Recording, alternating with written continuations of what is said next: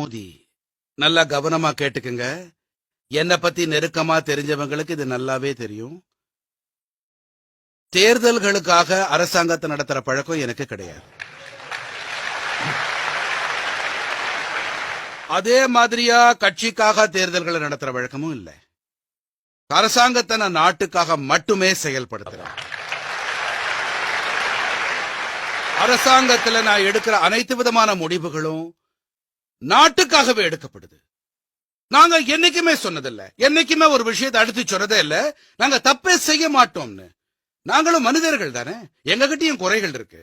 ஆனா எங்களோட நோக்கம் நேர்மையானது. எங்க எல்லாருக்கும் தேசமே பிரதானம், தலையாயது. நீங்க இந்தியாவில் என்ன வேணா செய்யுங்களேன், எப்ப வேணா செய்யுங்க, ஆனா ஏதாவது ஒரு மூலையில தேர்தல் நடந்துகிட்டு தானே இருக்குது. இப்ப நீங்களே சொல்லுங்க, நேத்து ஐநா இத்தனை பெரிய முடிவு எடுத்திருக்கு.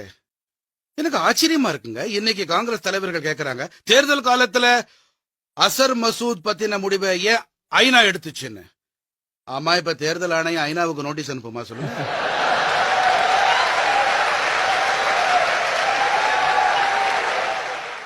இல்லன்னு சொன்னா ஐநாவோட கூட்டத்தை மோதியா நிர்ணயம் செய்யறாரு. சரி, ஒரு பேச்சுக்கு மோடி கிட்ட இத்தனை சக்தி இருக்குன்னு வச்சுக்கோமே, அப்படின்னா இந்த தேசத்துல மோதிக்கு இல்லையா முதன்மை அளிக்கணும்?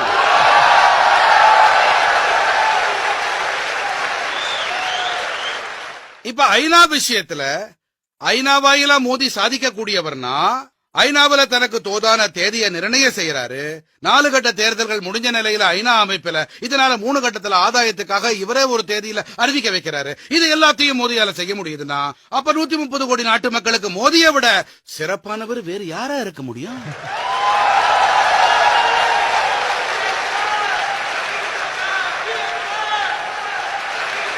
ஆகையினால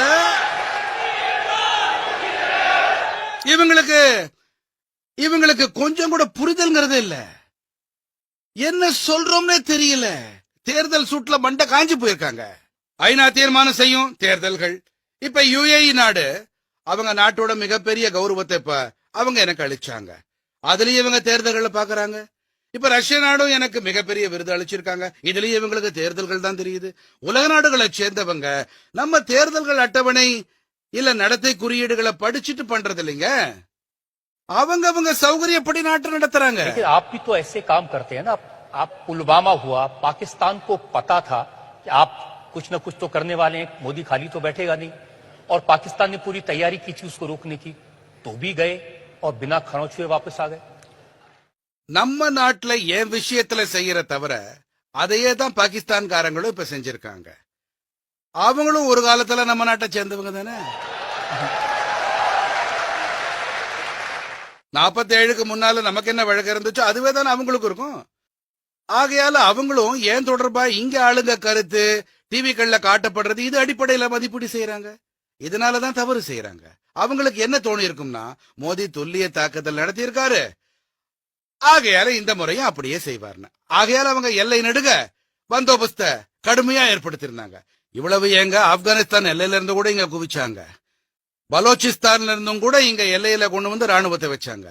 ஏகப்பட்ட டேங்குகள் எல்லா இடங்கள்லயும் ராடார் மயம், ராணுவ மயம். ஆனா நாம அனுமாருக்கு ஒரு கும்பிடு போட்டு தாண்டிட்டோம்ல.